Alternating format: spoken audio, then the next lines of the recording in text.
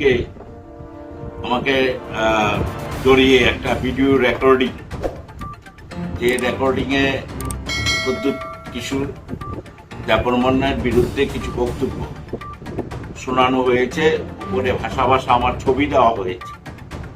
দুর্ভাগ্য, আমার রাজনৈতিক জীবনে 43-44 বছরের রাজনৈতিক জীবনে আমি কোনোদিন ব্যক্তিগত আক্রমণে বিশ্বাসও করি না।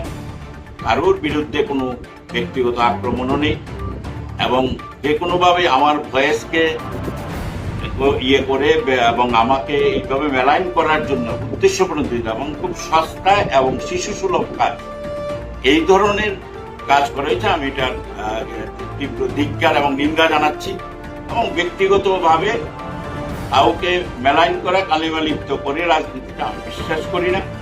আমার হাই রিগার্স, রেসপেক্ট প্রত্যেকটা পলিটিশিয়ানের প্রতি আছে, প্রদ্যুৎ কিশোর দেববর্মনের প্রতিও আছে।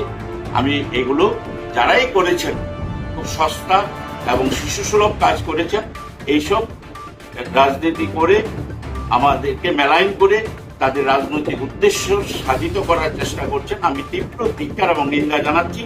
পাশাপাশি এটাও জানিয়ে যাচ্ছি যে কোনো ধরনের ব্যক্তিগত পর্যায়ে আক্রমণে আমরা বিশ্বাস করি না।